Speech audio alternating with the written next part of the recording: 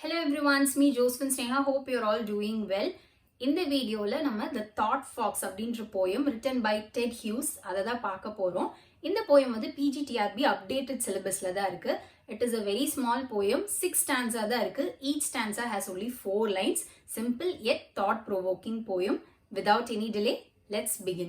Shall we? Before beginning, Ted Hughes is a British poet. இவரோட timeline 1930 to 1998 and இவர் வந்து animal poet or nature poet அப்படின்னு சொல்லுவாங்க. Animalோட habitat இது nature இல்லையா? So இதெல்லாமே blend பண்ணி தான் இவரோட poems இருக்கும். Majority of the poem வந்து features animals, which is why he is rightly called as animal poet. Thought Fox அப்படின்ற poem வந்து it is published in his debut collection called as Hawk in the Rain. இது வந்து publish ஆன time வந்து 1957. So the Thought Fox அப்படிங்கிறது process of writing something creative அதை தான் வந்து பேசுது. ஸோ ஒரு போயட்ரி எழுதுறோம், எது எதுனாலும் என்ன தேவைப்படுது, கிரியேட்டிவிட்டி, இன்ஸ்பிரேஷன், மோட்டிவேஷன், இதெல்லாம் பற்றி தான் வந்து இந்த போயட்ரியில் நம்ம பார்க்க போகிறோம்.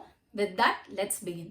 In the first stanza, he uses the word I. So, speaker வேற யாரும் இல்ல, Ted Hughes himself. So, அந்த ஃபாரஸ்ட்ல தனியா அவர் மட்டும்தான் இருக்காரு. So, he's lonely. But still, lonelyயா ஃபீல் பண்ணாம வேற ஏதோ ஒரு பிரசன்ஸ் இருக்கிற மாதிரி அவருக்கு வந்து தோணிக்கிட்டே இருக்கு. ஸோ டைமும் ரொம்ப ஆயிடுச்சு. அவர் முன்னாடி ஒரு blank பேஜ் வந்து இருக்கு, ஒரு புக்கு திறந்துருக்கு, blank பேஜ் இருக்கு.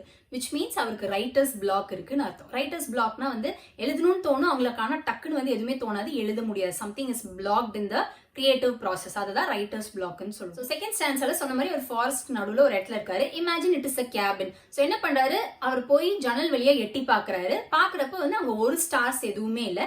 பட் ஸ்டில் ஏதோ ஒன்று கிட்ட நெருங்கி வந்துகிட்டே இருக்கிற மாதிரி இருக்கு. ஸோ இந்த பிளேஸ் ஃபுல்லாமே லோன்லினஸ்ன்னு வச்சுக்கோங்களேன். ஸோ இந்த இடத்துல வந்து அந்த டார்க்னஸ்ல ஏதோ விஷயம் வந்து என்டர் ஆகுது. அதுதான் வந்து அவர் செகண்ட் ஸ்டான்ஸ்ல ஃபீல் பண்றாரு. தேர்ட் ஸ்டான்ஸ்ல இட் இஸ் கெட்டிங் கோல்ட். ஏன்னா சுத்தி ஸ்னோ மட்டும்தான் இருக்கு. அப்ப என்ன ஆகுதுன்னா அந்த ஏதோ ஒன்று வருதுன்னு சொல்லிட்டே இருந்தாங்க இல்லையா, it is a fox. Fox அப்படியே ஸ்லோவா வந்து அந்த அவர் பார்த்துட்டு இருக்காரு அந்த விண்டோக்கு வெளியே.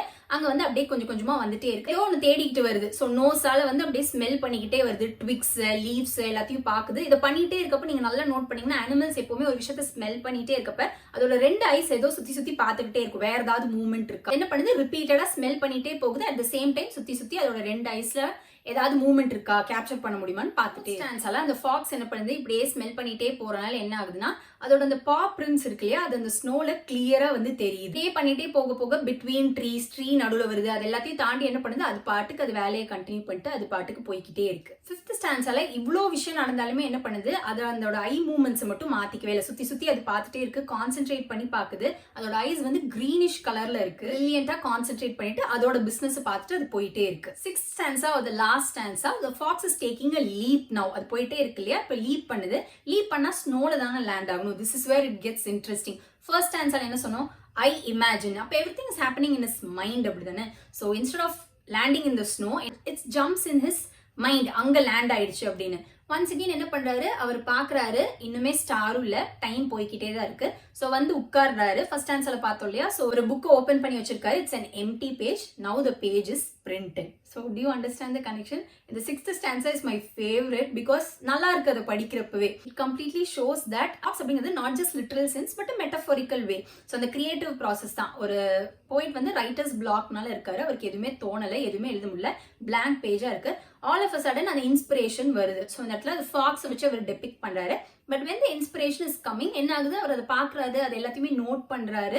இதெல்லாமே அவர் மைண்ட்ல தான் நடக்குது. டேக்கிங் அ ஸ்டெப், அது என்ன ஆகுது, மைண்டுக்குள்ள போய் உட்கார்ந்துக்குது. அப்போ கிரியேட்டிவ் ப்ராசஸ் சக்சஸ்ஃபுல்லா நடந்துருச்சு. ஸோ பாக்குறப்ப இந்த பேஜ்ல என்ன இருக்கு, போயட்ரி இருக்கு அப்படிங்கிறது தான். ஸோ தட் இஸ் வாட் நம்ம முன்னாடி சொன்ன மாதிரி தான். ஸோ அந்த கிரியேட்டிவ் ப்ராசஸ் எப்படி நடக்குது, இட் நீட்ஸ் இன்ஸ்பிரேஷன், மோட்டிவேஷன், அந்த ஸ்பார்க், அது எல்லாத்தையும் தான் இந்த போயம் வந்து அழகா கேப்சர் பண்ணிருக்கு.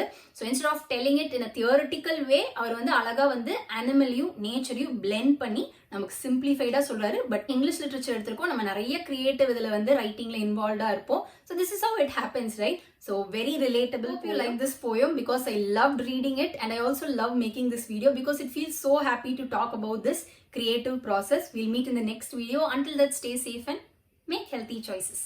Bye.